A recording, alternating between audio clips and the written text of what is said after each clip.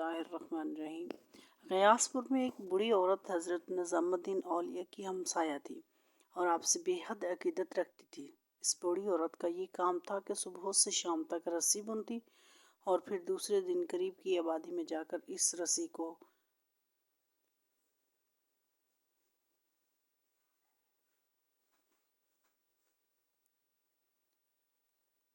فروخت کر دیتی۔ پھر 4 پیسے جو حاصل ہوتے ہیں ان سے جو کا آٹا اور تھوڑی سی ترکاری خرید لاتی۔ اس کے بعد چند روٹیاں پکا کر حضرت محبوب الہی کی خدمت میں پیش کر دیتی۔ پہلی بار جب ان ضعیف خاتون نے اس طرح عقیدت کا مظاہرہ کیا تو حضرت نظام الدین اولیاء نے یہ کہہ کر وہ روٹیاں قبول کرنے سے انکار کر دیا کہ اس غذا سے تو خود تمہارا پیٹ بھر نہیں سکتا، پھر ہم لوگ تمہارے ناتواں کندھوں پر اپنے رزق کا بوجھ کیوں ڈالیں؟ ہم اللہ کے لیے عبادت کرتے ہیں، پھر اللہ ہی سے ہمارا رازق ہے اور دوسری ضروریات کا کفیل بھی۔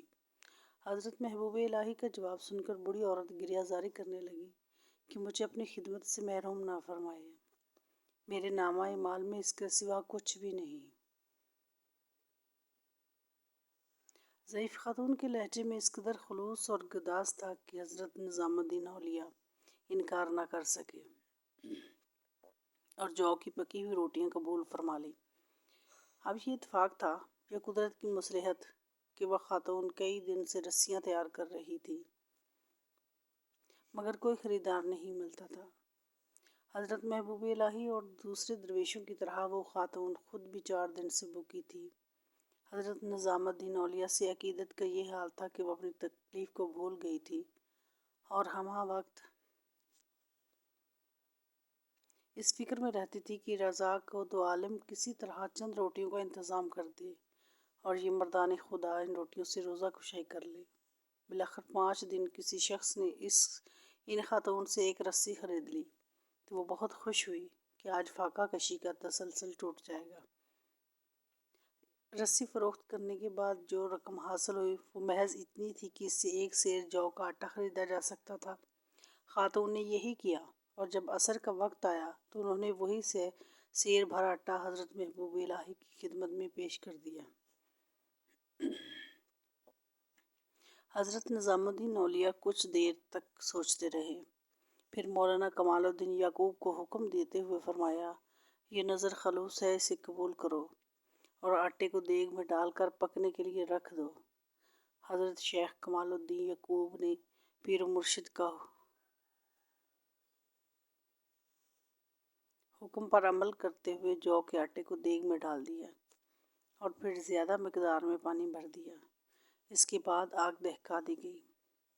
ایسا کرنے سے حضرت محبوب الہی کا مقصد یہ تھا کہ اگر آٹے کے علاوہ غیب سے کچھ اور حاصل ہو تو اسے بھی دیگ میں ڈال دیں۔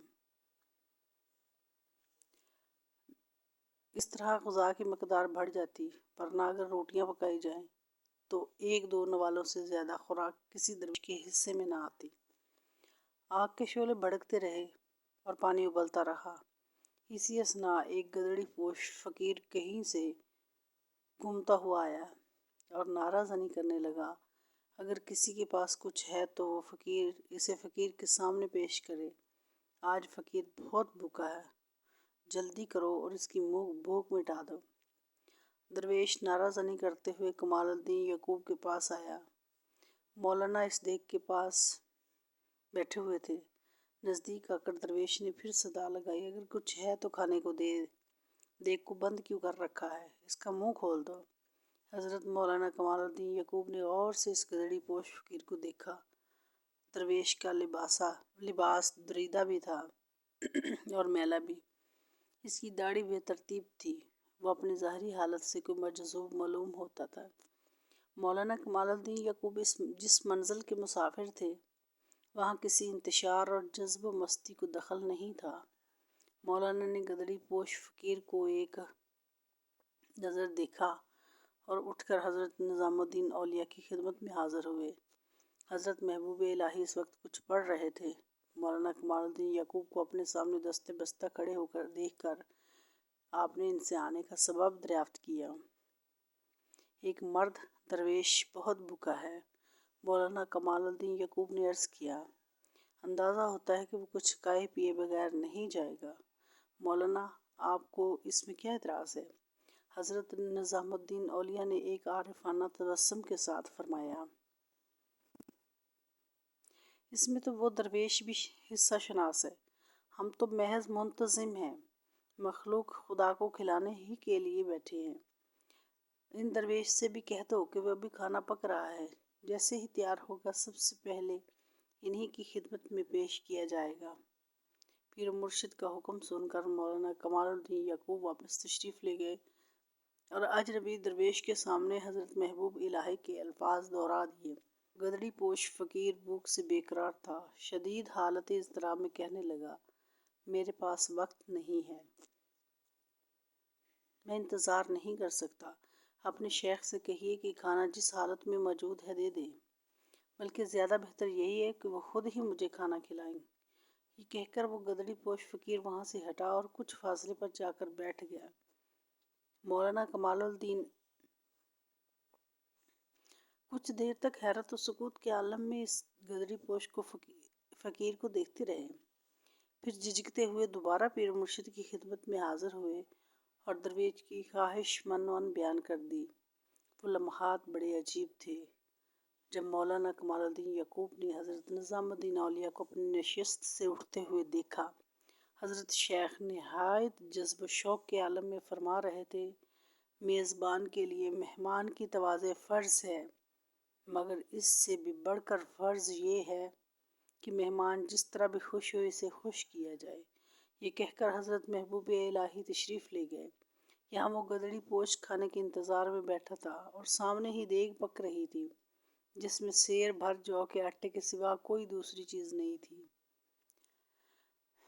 حضرت نظام الدین اولیاء کو دیکھ کر وہ درویش کھڑا ہوا اور مسکرانے لگا، شیخ اللہ تمہیں خوش رکھے، آج بہت بھوک لگی ہے، اس لیے تمہارے دروازے پر چلے آئے، اب تم اپنے ہاتھ سے اس فقیر کو کچھ کھلاؤ۔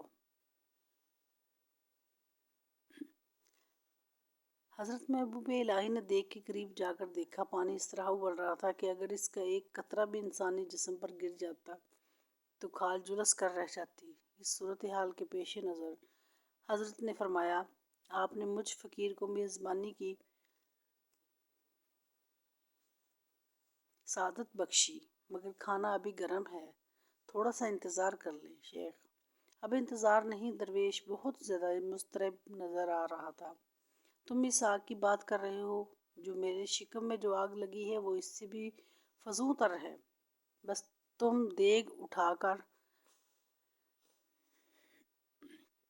میرے سامنے لاؤ۔ حضرت نظام الدین اولیاء نے کچھ فرمایا، پھر آستینی چڑھائیں اور ایک موٹے کپڑے سے دیگ کے دونوں کنارے پکڑ لیے۔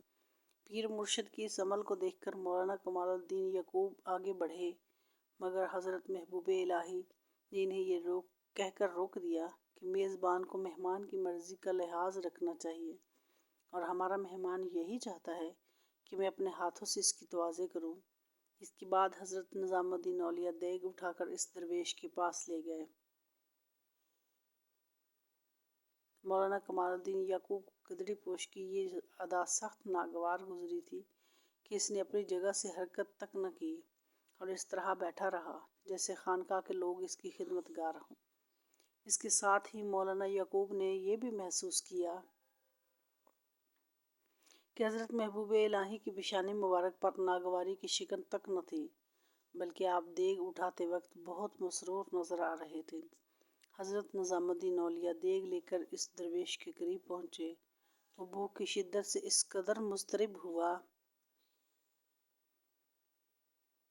کہ اس نے ابلتے ہوئے پانی میں بے جھجک اپنا ہاتھ ڈال دیا۔ حضرت محبوب الہی سے منع کرتے رہ گئے، مگر درویش بار بار دیگ میں ہاتھ ڈالتا اور پھر جو کے رقیق آٹے کو منہ میں رکھ لیتا۔ گدڑی پوش نے یہ عمل 3 بار دہرایا، پھر اس نے دیگ کو اٹھا کر زمین پر مار دیا۔ وہ دیگ دراصل مٹی کا ایک بڑا مٹکا تھا جو زمین پر گرتے ہی ٹوٹ گیا۔ حضرت نظام الدین اولیاء نہایت صبر و سکون سے درویش کی اس اضطراری حرکت کو دیکھتے رہے، مگر مولانا کمال الدین یعقوب خاموش نہ رہ سکے۔